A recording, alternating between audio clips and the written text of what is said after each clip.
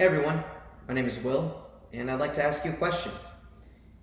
Have you ever suffered from low self-esteem? What about stress? Has stress ever taken over an aspect of your life that you wish it didn't? If you answered yes to any of those things, well, don't feel any shame, don't feel bad about it, because you're only human. And we all experience these things. And I've noticed as time goes on, more and more people seem to struggle with these things, but they put it in the back burner. They normalize it in a certain sense, and the more we ignore these issues, the worse they become. So we need a coping mechanism that targets and combats stress. Because according to the American Psychology Association, stress affects every aspect of our bodies. And prolonged stress leaves wear and tear or long-term drainage in our bodies that could be permanent, which poses how important it is to combat stress, especially early on. And to further this notion, the Western Missouri Medical Center also states that effects of prolonged stress include diabetes, obesity, skin conditions, and depression. But once you've been exposed for a while, once it becomes episodic, then we start dealing with other things like chronic migraines, muscle disorders, respiratory or cardiac diseases, which isn't a way that anybody in their life should live.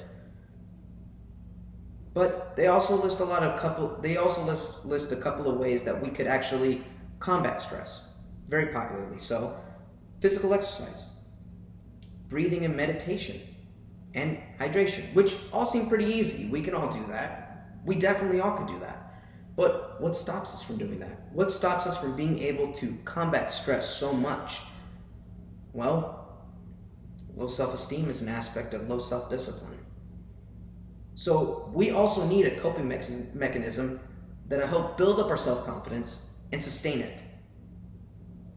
Because according to betterhealth.gov, low self-esteem actually leads to a lot of fears in people. Fears of trying something new, fears of just trying in general, or of judgment, which actually affects the quality of life that you wish to live, that anybody would wish to live. And it doesn't affect just a few of us. Because in an interview with psychologist Dr. Alice Shepard on Sesame Care, she also states that 85% of Americans actually struggle with low self-esteem in one way or another, with low self-esteem being one of the main causes of stress. So they're in tandem with each other. We need a coping mechanism that both targets stress, but also at the same time builds and sustains our self-confidence. Is there a mechanism like that? There's always been a mechanism like that, and I'd like to tell you. Martial arts. Martial arts is perfect because not only does it support and build someone up, it also gets them as physically fit as possible in the safest environment they've ever been in. It is very viable to combat stress because of the physical workout aspects, because it encompasses a lot of hydration and a lot of meditation. Well, depending on which one you do, but they all release the same hormones, the feel-good hormones, also known as endorphins, that help us wanting to continue to work out. But what about the discipline side of it? Well, there's multiple factors that actually go into the discipline aspects for martial arts. You don't have to go in already being disciplined. It helps you with that. Because once you go in, you can start feeling the achievements. You can start feeling that you're doing this and that you're growing as a person. Because versus when you started off not thinking that you can do as many things as you thought you would later, because you end up surprising yourself. You are capable of doing more than you believe that you are capable of. And that's what martial arts shows you. Also, with the knowledge of self-defense, walking through the streets with your friends or family, just knowing that you can defend yourself or a loved one, also perks you up and wants you and helps tailors you into being a much more confident individual. But I understand there are a few concerns with wanting to start martial arts, like maybe I'm too old, or I don't want to get hurt. Well, there's a martial art for everyone. If you're scared of being too old because, maybe you feel like this is a young man's thing, but it's not. It's not.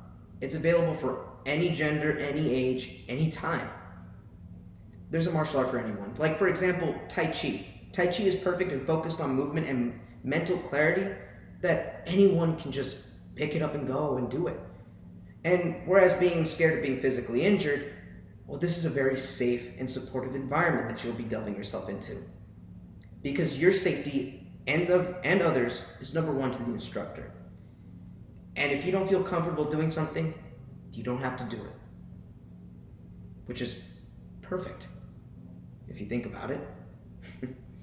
So imagine this.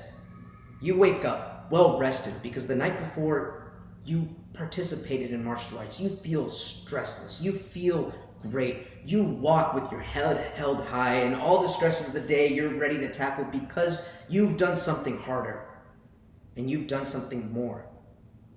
If you can do this weird, intricate move, then you can move on with your day. Especially knowing that you can go back to that same place to work out and continue bettering yourself in an environment that wants to see you succeed just as much as you do. Sounds beautiful, right? Sounds perfect. So what are you waiting for? I'd say start looking around, maybe for a class, for a martial art that interests you, maybe something that'll suit you. Brazilian Jiu-Jitsu, Taekwondo, Tai Chi, anything. Because all encompass all these aspects to combat stress and low self-esteem. You could even start online with blackbeltathome.com, where they tailor an experience just for you at home. You can cancel at any time.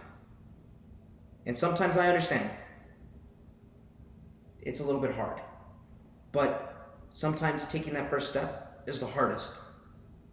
And I guarantee you, this will be the best first step you've ever taken in your life. Thank you.